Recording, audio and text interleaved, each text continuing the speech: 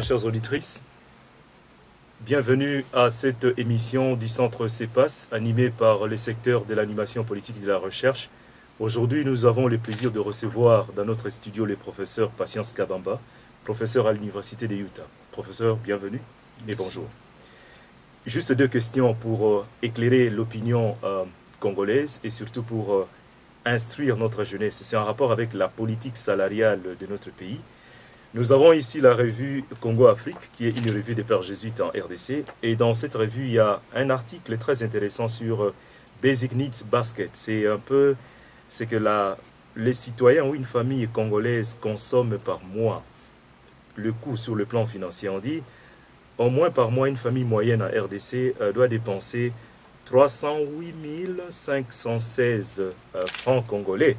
Et pourtant, lorsqu'on regarde bien le salaire, disons, classe moyenne, vraiment pas. Les citoyens ordinaires, c'est à peine 90 000 dollars, pardon, 90 000 francs congolais. Et on voit vraiment cet écart, cette question de pauvreté, si vous voulez. Et ils se débrouillent pour trouver une solution. Nous avons pensé d'autre part que peut-être en éduquant les enfants, demain, ils pourront avoir les chances d'avoir une vie meilleure que celle que vivent leurs parents. Mais on se rend compte que c'est une éducation qui les vaut simplement au chômage. Il y a un professeur d'université qui a écrit un livre assez interpellant. Le titre, c'est « L'université fabrique des cerveaux inutiles ». Quel est votre point de vue sur cette analyse? Est-ce que vraiment l'université en RDC fabrique des cerveaux inutiles? Pour aller dans le même sens que vous, je vais vous donner un exemple que j'ai vécu moi-même quand j'enseignais à l'université de Johannesburg. En Afrique du Sud, la population africaine noire s'était battue contre l'apartheid pour avoir un niveau de vie décent, pour avoir du respect comme individu. Donc, cette génération qui s'était battue n'est pas allée à l'école, parce qu'au lieu d'être à l'école, ils étaient dans la rue en train de protester, dans le but que leurs enfants puissent aller à l'école et avoir du travail.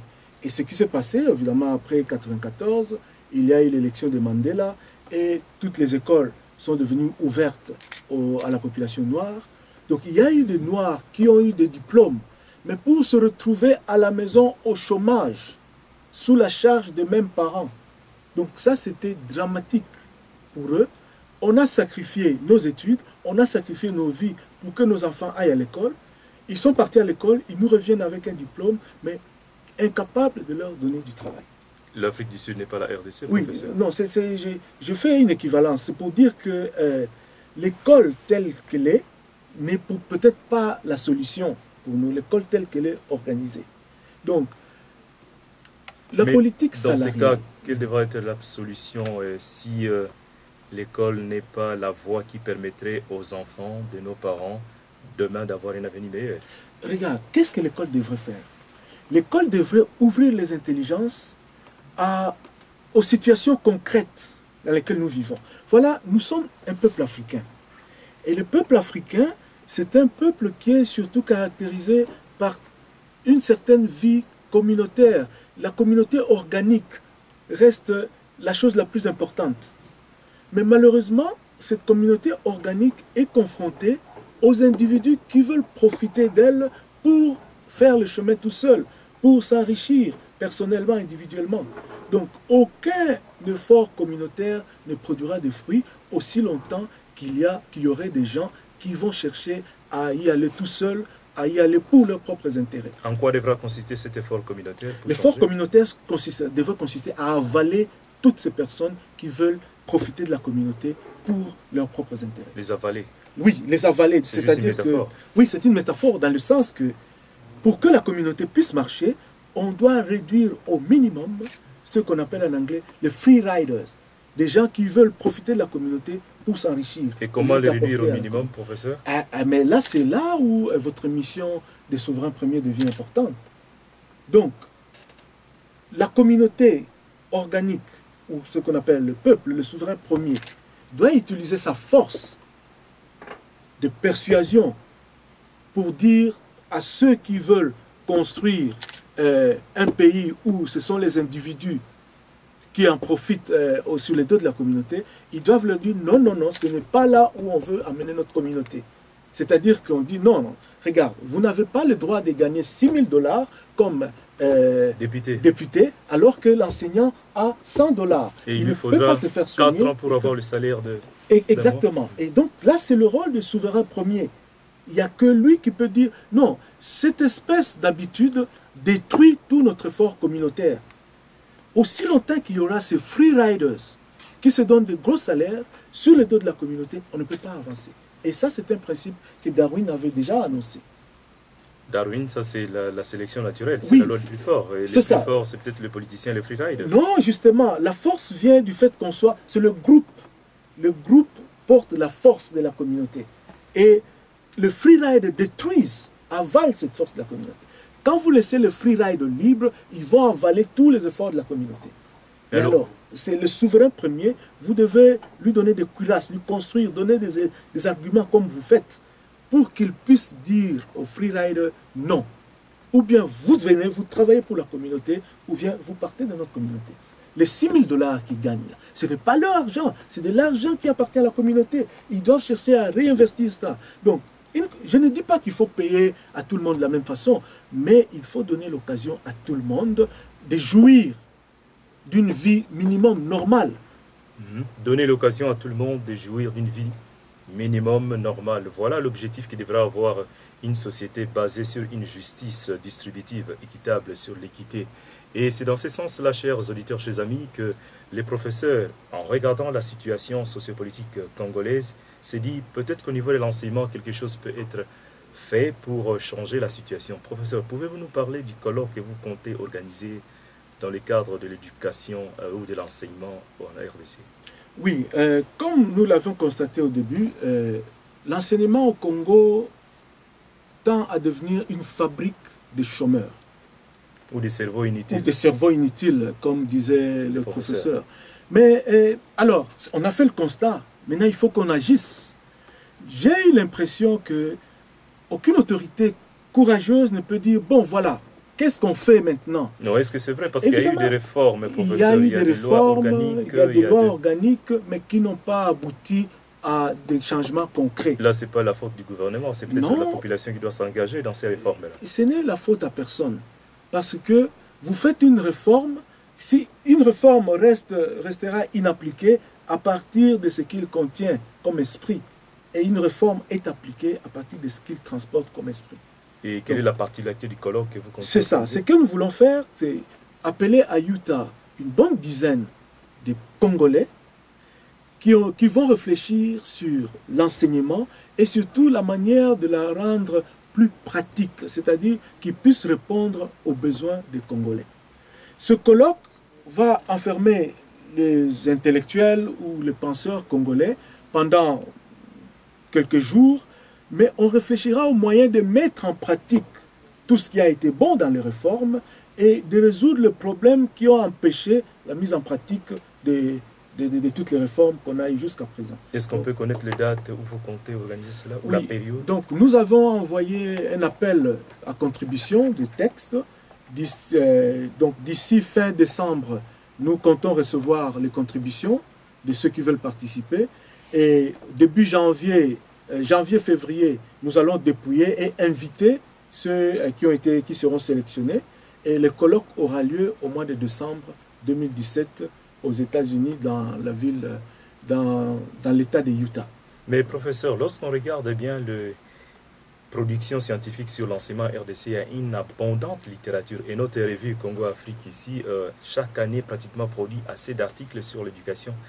Quelle est la spécificité que vous comptez rencontrer dans ces articles ou disons dans les interventions que vous voulez faire produire de la part de ceux qui vont participer à ces colloques? Oui, nous on veut poser la question pourquoi toute cette littérature ne touche pas le concret, ne transforme pas. Parce que depuis le temps qu'on a commencé à écrire, depuis le temps que Zaïre au Congo-Afrique a existé, il y a eu des diagnostics. Les évêques, la Senko, ils sont connus pour des diagnostics assez solides. Mais professeur, je crains pourquoi cela ne se traduit pas? C'est ça la question. Je crains qu'il y ait déjà une réponse. C'est une question de volonté politique. Qu'est-ce que ce terme renferme? Et quelles sont les dialectiques qui conduisent à ce terme? Manque de volonté politique. Pourquoi? Et comment renverser cette situation? En fait, tout ça, ce sont les questions qu'on va poser pendant ce colloque de Utah.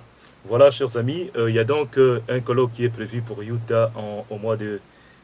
Quel mois? C'est au mois de décembre 2017. Décembre 2017. Et là-dedans, les penseurs ou les écrivains ou les professeurs ou tous ceux qui seront invités vont réfléchir sur la situation actuelle de l'enseignement RDC. Pourquoi, malgré les différentes réformes, les différentes propositions qui sont faites, les choses n'avancent pas. Non pas seulement pourquoi, mais aussi réfléchir qu'est-ce qui peut être fait pour que, effectivement, cet enseignement puisse être un levier de développement pour la société RDC. Mais professeur, une question pour finir peut-être.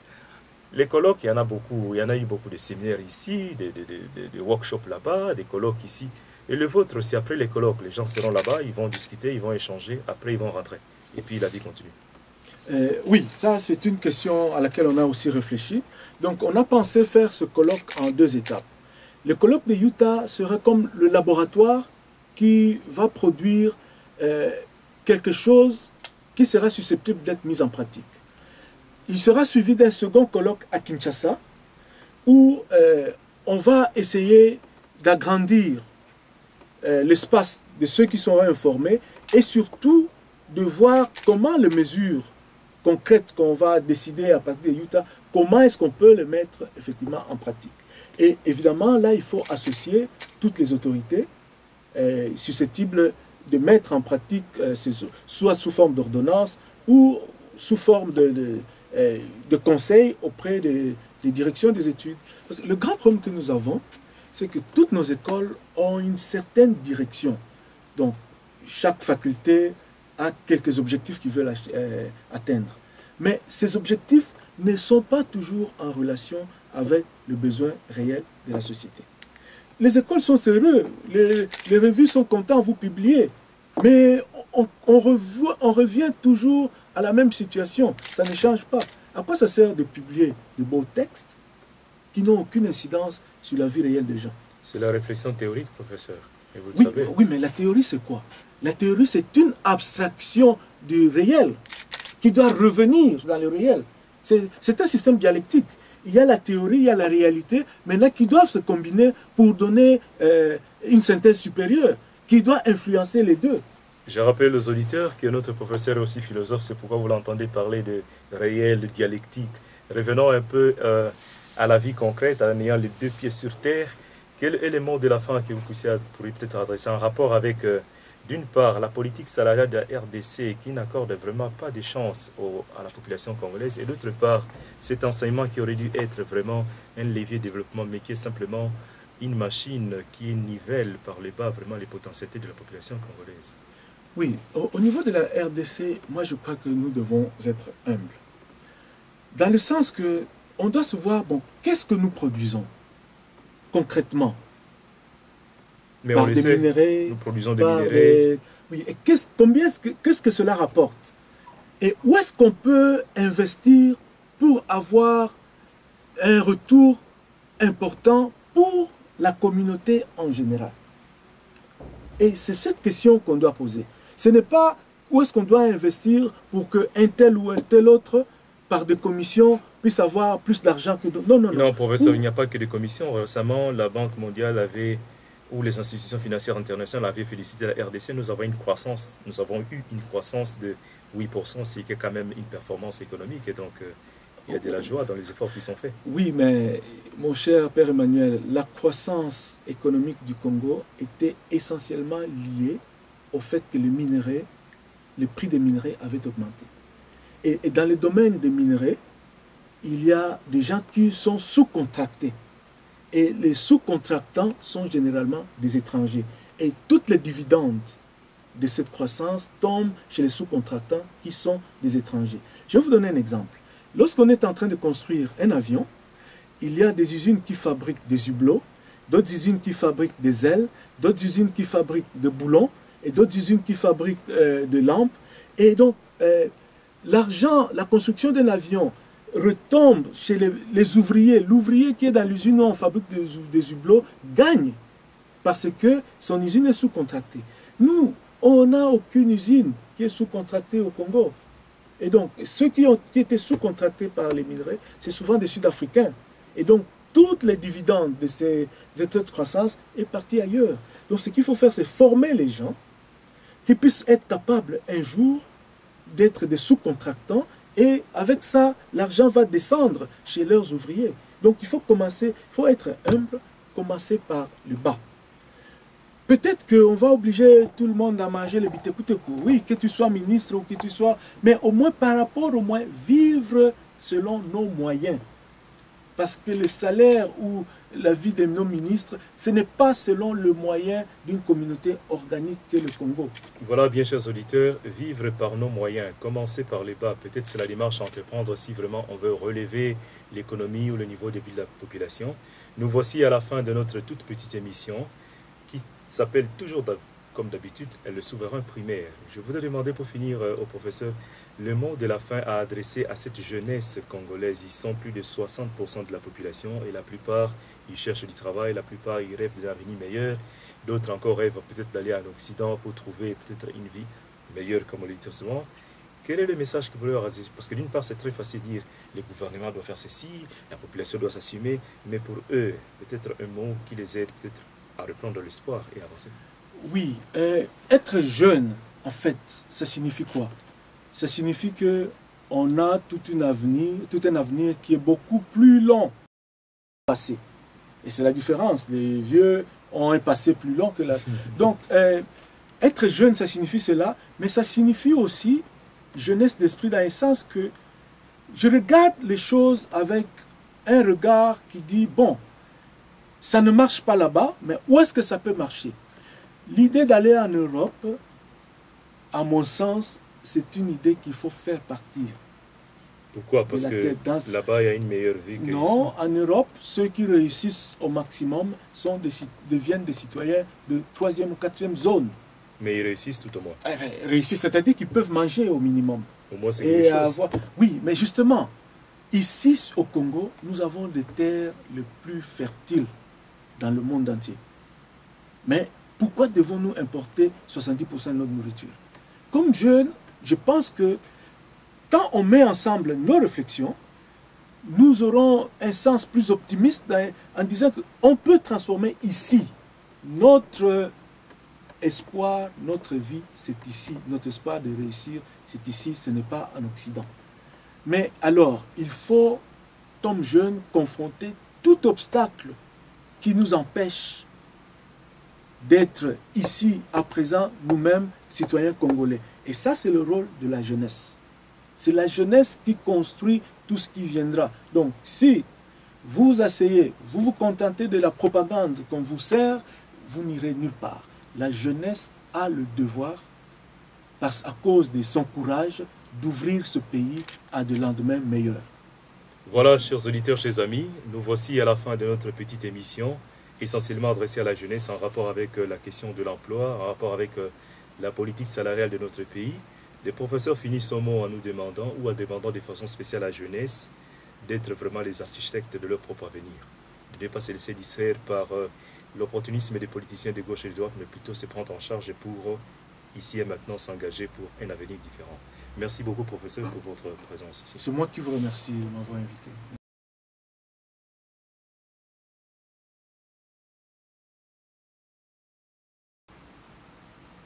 Bien chers auditeurs, bien chères auditrices, nous vous saluons de partout où vous suivez notre émission. Bienvenue donc à cette émission, Le Souverain Primaire. Nous vous rappelons que c'est une émission du CEPAS, Centre d'études pour l'action sociale, tenue par des pères jésuites ici en RDC. Aujourd'hui, nous allons parler avec vous de l'éducation, ou mieux plutôt de l'enseignement. Nous avons le plaisir de recevoir dans notre studio les professeurs Patience Kabamba, professeur à l'université. Il est auteur de plusieurs livres et articles sur différentes questions de développement, de l'enseignement et surtout des sciences sociales. Il est anthropologue de formation et philosophe aussi et mathématicien. Aujourd'hui, nous allons parler, comme nous l'avons dit, de l'éducation. Professeur Patience, bonjour. Bonjour, Père Emmanuel. L'éducation, de façon spécifique, nous voulons parler d'éducation universitaire. Lorsqu'on regarde notre pays, la RDC, d'après les analyses de certains, c'est le 4e pays au monde qui a le plus grand nombre d'universités après les États-Unis, l'Inde et la Chine. Et chaque année, ces universités déversent sur le marché des milliers de diplômés qui malheureusement sont voués au chômage. Comment faut-il comprendre vraiment ces liens entre former des gens qui, au bout du compte, ne servent pratiquement à rien puisqu'ils courent d'office en office avec le CV? Merci beaucoup, Père Emmanuel. Et là, vous entrez déjà dans la matière avec une question très difficile et complexe. Le constat est vrai. On a des collations de grades chaque année. Des étudiants jubilent, chantent avec un diplôme.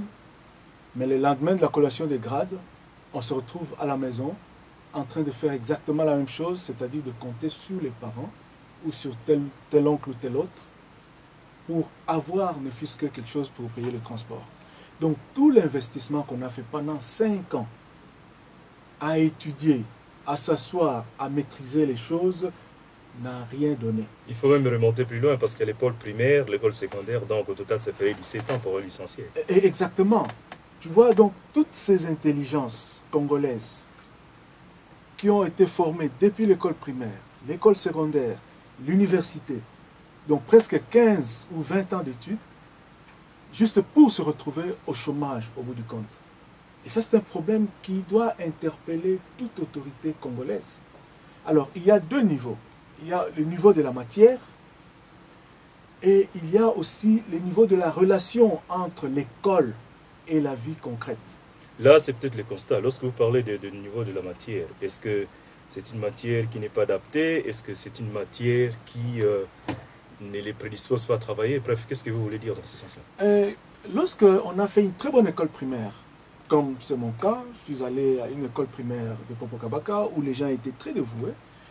Une très bonne école secondaire au collège de Kasongolunda avec les pères jésuites. Collège jésuite d'Intemo. Oui, d'Intemo. Les gens très bien dévoués et nos amis latinistes connaissaient du Cicéron au bout du doigt. Nous, on a fait les mathématiques. Et ensuite, je suis allé à l'université. Après ces études-là, lorsque je retourne dans mon village à Kasongolunda, je me sens étranger à cause des bagages que j'ai reçus. Mais lorsque je suis allé à Paris, mon cher ami, je me suis senti à la maison.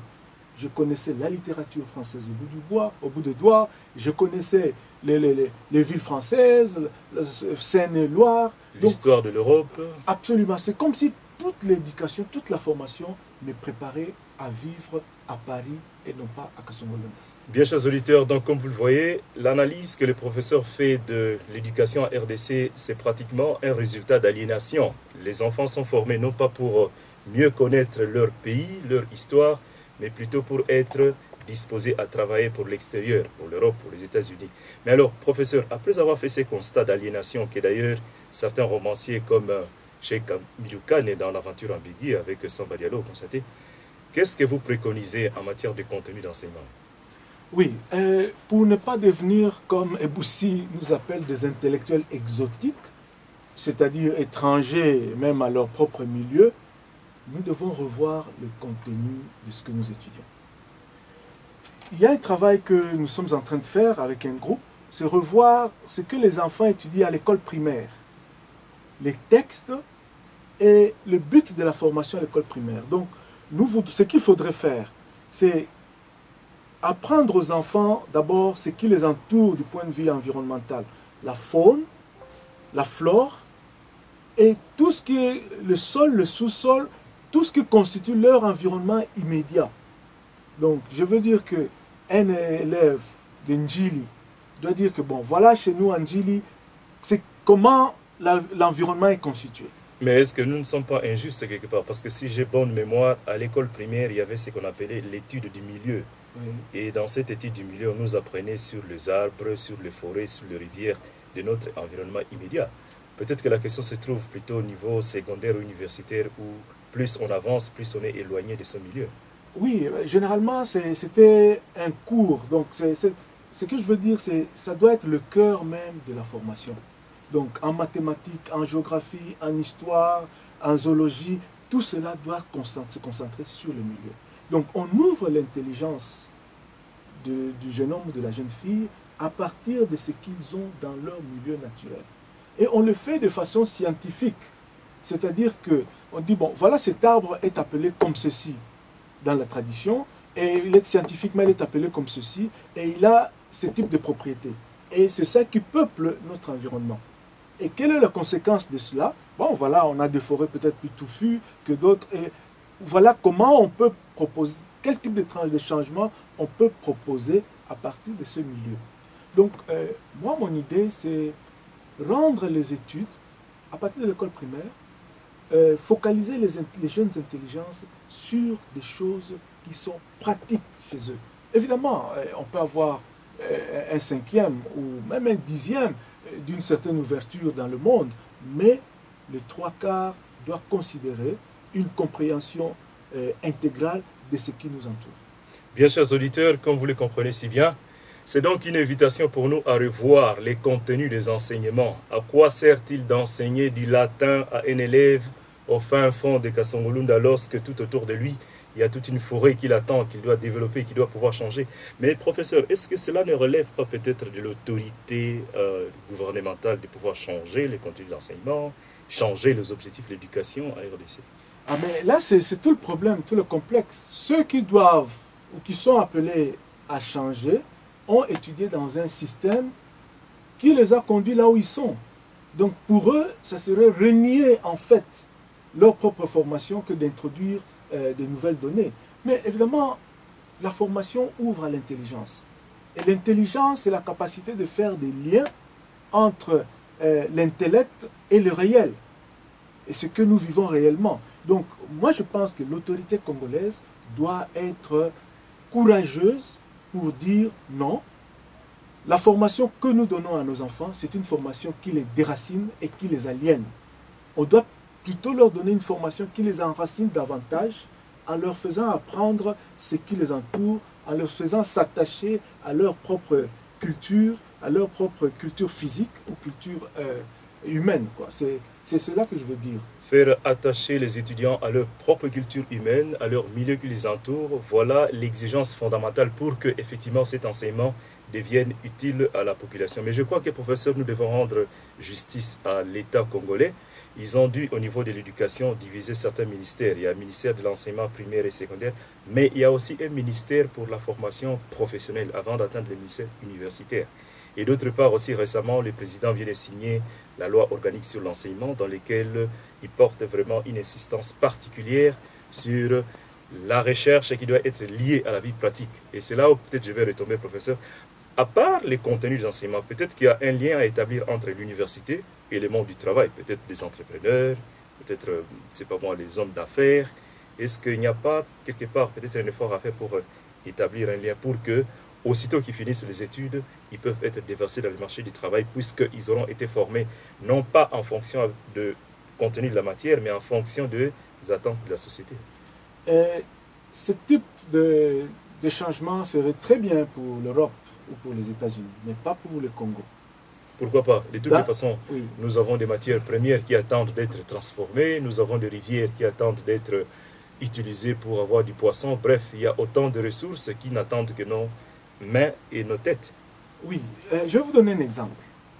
Un milieu comme Mwanda, on a des écoles. Pour moi, la première école que j'ouvrirai à Mwanda, c'est une école maritime, c'est une poissonnerie, une école de poissonnerie ou une école d'élevage marine.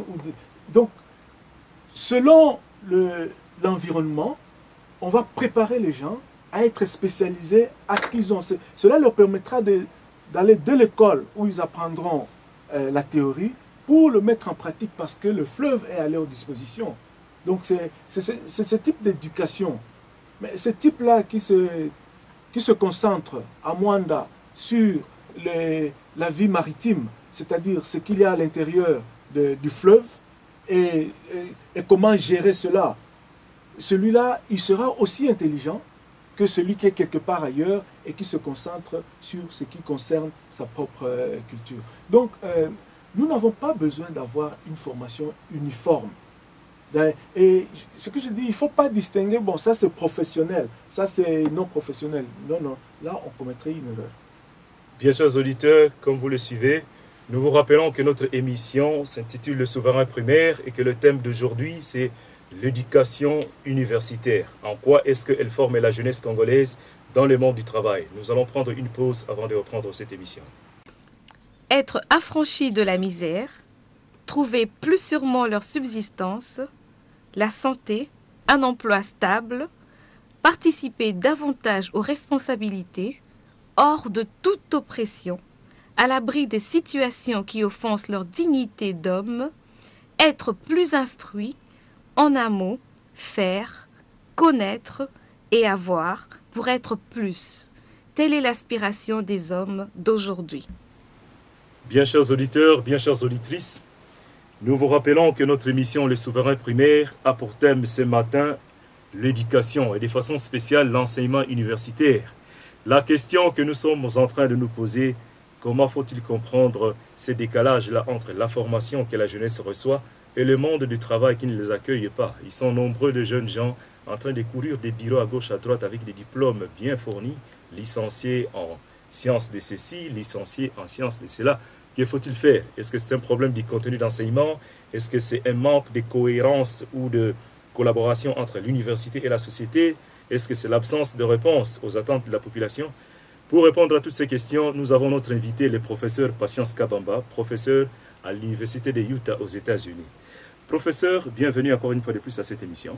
Merci beaucoup. La question que je voudrais poser, après nous avoir expliqué qu'il faudra nécessairement que les jeunes soient formés à connaître leur milieu, que les jeunes apprennent à transformer leur milieu. Bref, une insistance sur une éducation qui soit non pas bancale, mais plutôt pratique, efficiente. Moi, ma peur serait peut-être que nous sommes en train de nous détourner de la finalité de l'école. Au bout du compte, finalement, pour vous, quelle est la fonction sociale d'une école? Oui, l'école est là pour réveiller les capacités intellectuelles de l'enfant. Et ces capacités intellectuelles peuvent être appliquées à plusieurs domaines. Mais l'école va choisir un domaine de spécialisation, de focaliser l'intelligence sur un cas précis où la personne deviendra plus ou moins experte en ces choses-là, mais tout en comprenant tout l'environnement. Donc, par exemple, je vais vous donner un exemple. J'ai vu, une fois je me promenais le long de la route du boulevard du 30 juin, lorsqu'on construisait le building qu'on appelle le building intelligent. Et vous savez qui construisait ce building? Non. C'était des Chinois. Et mais c'est dans le cadre de la coopération sino-congolaise. Pas de problème. Il y avait tout autour des badauds, c'est-à-dire des gens qui observaient. Et j'ai eu la curiosité de poser la question à un groupe de personnes qui observaient. J'ai dit, ah, qu'est-ce que vous étudiez? Nous sommes des diplômés de l'IBTP. Et nous sommes en train de regarder comment les Chinois construisent. J'ai dit, c'est-à-dire que vous êtes capable de faire ces constructions? Il dit oui. Mais là donc c'est un problème des marchés, c'est peut-être l'État qui doit leur donner les marchés, qui ne leur accorde pas. Ça ne veut pas dire que leurs compétences sont mises en question.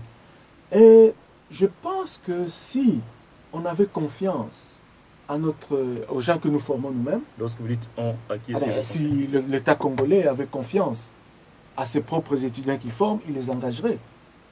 Mais je pense que ça serait très risqué de mettre ces gens dans un chantier pareil, parce qu'on est convaincu que la formation qu'ils ont ne le rend pas capable de faire ça. Mais d'autre part, professeur, ce n'est pas pour prendre le camp de nos étudiants. Les Chinois non plus ne sont pas si experts, parce qu'on voit ce qu'ils construisent après quelques temps, ce sont des routes qui s'abîment encore. À tel enseigne qu'il y a un adage commun qui dit que tout ce qui est chinois ne dure pas. Oui, mais alors, qu'est-ce qu'on devrait faire? Normalement, pour une construction pareille, quand tu prends le Congolais ne connaît pas seulement n'a pas seulement de la connaissance architecturale sur la construction, mais il connaît aussi le sol, il connaît aussi la culture. Donc, c'est la combinaison de tout cela qui le rendra expert pour construire chez lui. Un Chinois, il connaît la technologie, il connaît comment balancer les briques, mais au-delà de ça, il y a une certaine compréhension du milieu.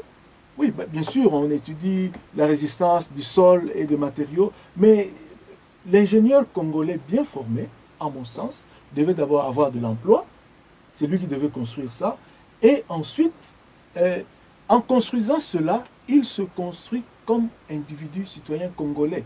Il va dire aux enfants, voilà, c'est moi votre père qui ai construit ce bâtiment. Les enfants diront, ah, papa a construit ceci. Et nous autres, qu'est-ce qu'on va faire? Donc, ça a une portée sociale au-delà du technique. Bien, chers auditeurs, comme vous pouvez le constater, le professeur est en train de faire le plaidoyer pour que les éducateurs puissent se focaliser sur l'éveil des capacités intellectuelles de nos élèves et de nos étudiants. Et donc, pour lui, la finalité de l'école, c'est effectivement cela, réveiller les potentialités de l'étudiant pour que demain, sur le plan du travail, il soit efficace. C'est pourquoi, sans peur aux yeux, il est en train de dire qu'il faudra que ce travail soit confié non pas aux Chinois, entre guillemets, mais plutôt aux Congolais. Mais alors, professeur, si vraiment c'est l'école a pour finalité d'éveiller les capacités intellectuelles, c'est peut-être là qu'il faut interpeller nos professeurs dans les méthodes d'enseignement. Nous avons parlé plutôt du contenu de l'enseignement qui doit être adapté aux situations, mais les méthodes aussi. Lorsqu'on voit dans ces universités, dans ces écoles, la façon d'enseigner, c'est une transmission d'un savoir bancal. Le professeur connaît tout, l'étudiant ne connaît rien, il faut déverser sur lui la matière, et à l'examen, il faut le rendre. S'il faut changer cela, qu'est-ce que vous proposerez peut-être afin que l'étudiant soit plus armé pour la vie? Évidemment, nos professeurs ont étudié dans un système où il y a un connaisseur, un expert qui transmet de la connaissance à un néophyte. Depuis le Moyen-Âge, ça a été le cas. Mais personnellement, je crois que la meilleure façon de transmettre une formation ou une éducation ou un enseignement, c'est d'ouvrir les yeux de vos étudiants à des choses. Comme ça, eux-mêmes puissent voir et tirer leurs propres conclusions. Ouvrir les étudiants leurs yeux à des choses. De façon concrète, à l'université, à l'heure actuelle, prenons l'université de Kinshasa, sans critiquer les professeurs ni les étudiants. Si vous étiez professeur là-dedans, quelle serait votre façon d'enseigner pour qu'au terme de leur formation,